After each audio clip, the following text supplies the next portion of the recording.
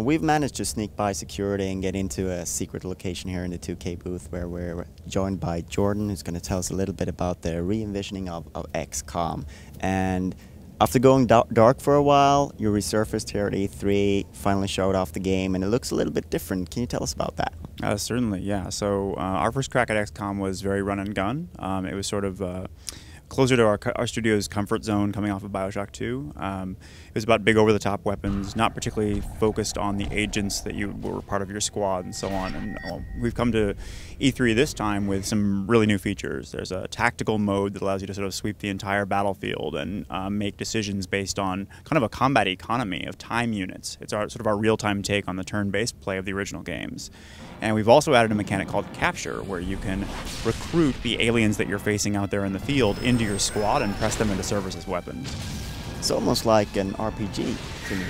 Oh, there are a lot of RPG mechanics. In fact, my focus as narrative director is on the base, which you go to between missions, and that's sort of a social space where you can talk to your fellow intelligence officers, get their take on the invasion, and sort of understand what that emotional cost is of having your home taken away. Speaking about that, could you talk us through some of the key characters that you'll meet at base? Sure. So Angela's ex-CIA. She used to work for the OSS. She's a very rare female intelligence officer, and she's in charge of the strategic initiative. So she helps build mission profiles and runs all the analysts. Barnes is an African-American guy, worked for the FBI, one of very, very few, and his role is to help you recruit your crop of agents. And that's the base, but I also think one interesting thing about it is that you showed off a little bit how the campaign will work, and you have different missions, but you wanted to sort of make it a point that it's not like small side missions, even though it's particularly side missions, but they're equally important as the main quest. Well, they are certainly to the growth mechanics, meaning if you engage with side missions, you have this wealth of opportunity to grow your agents, your own research, meaning weapons and upgrades, and agent powers. If you go to the main story, you'll still come back with gains for the economy, but you'll also be pressing forward, recruiting new base characters who have their own take on the invasion. I think there was an interesting sort of balance between using the technology you capture right away and gaining an advantage in the battlefield, or sort of taking them home and doing research and upgrading your weapons.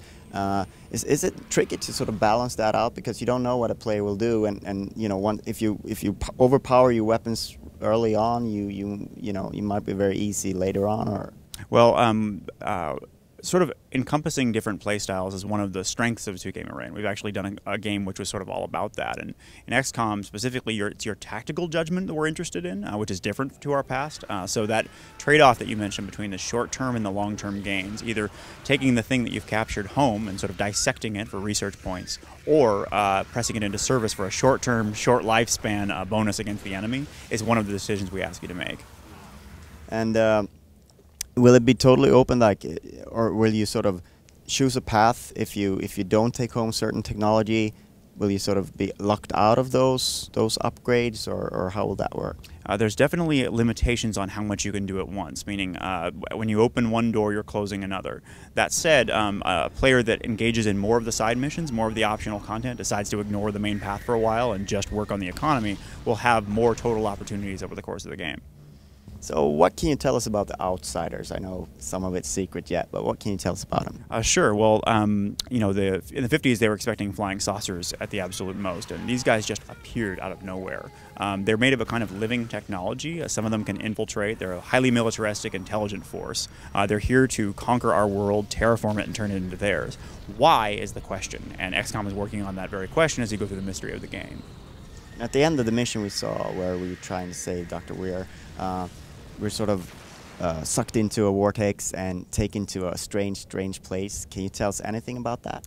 Not really. You know, we just really wanted to hint at that.